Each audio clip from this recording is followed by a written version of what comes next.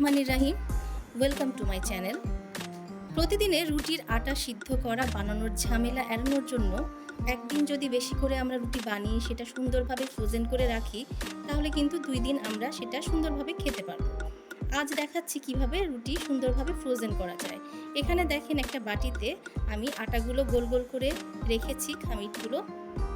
এইগুলোকে এখন সুন্দর করে আমি বেলে নেব।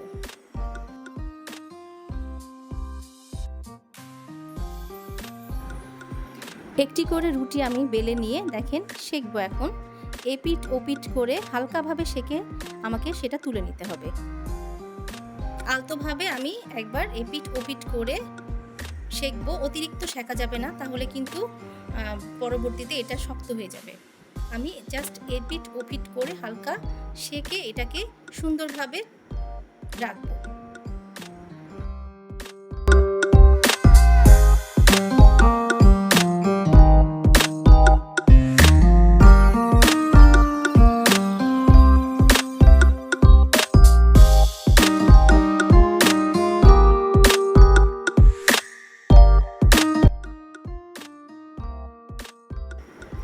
এ পর্যায়ে রুটিগুলো আমি ঠান্ডা করে নেব। গরম গরম রুটিগুলো কিন্তু বক্সের মধ্যে রাখা যাবে না, তাহলে সেটা একটার গায়ের সাথে একটা লেগে যাবে। এই জন্য আমি রুটিগুলোকে ছড়িয়ে দিব এবং খুব সুন্দর করে ঠান্ডা হওয়া পর্যন্ত অপেক্ষা করব।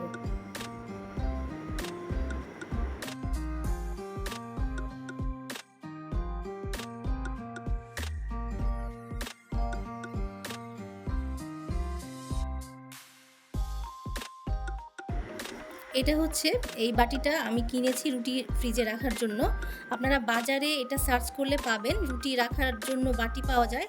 সেখানে আমি একটি প্লাস্টিক দিয়েছি, ফুড গ্রেড প্লাস্টিক। এটা রাখার পরে আমি একটা একটা করে সুন্দর করে রুটিগুলোকে সাজিয়ে রাখবো। মাঝখানে আর কোনো কিছু দেওয়ার প্রয়োজন নেই।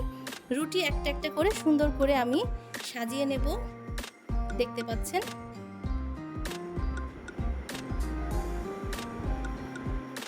এই তো আমার 2 দিনের রুটি তৈরি। এবার উপরে আরেকটা প্লাস্টিক দিয়ে দিব, ফুড গ্রেড প্লাস্টিক। তারপর সুন্দর করে বাটি ঢাকনা লাগিয়ে আমি নর্মাল চেম্বারে রেখে দিব ফ্রিজের, এবং আমার প্রয়োজন মতো সকালবেলাতে আমি রুটিটা সুন্দর করে সেঁকে নিতে পারবো এবং খুব সুন্দর ফুলকো রুটি তৈরি হবে। আশা করছি আজকের এই ফ্রোজেন রুটির আইটেমটা আপনাদের কাজে দেবে। সবাই ভালো থাকবেন, সুস্থ থাকবেন, আর আমার ভিডিওটি ভালো লাগলে লাইক, কমেন্ট, শেয়ার করবেন। ধন্যবাদ।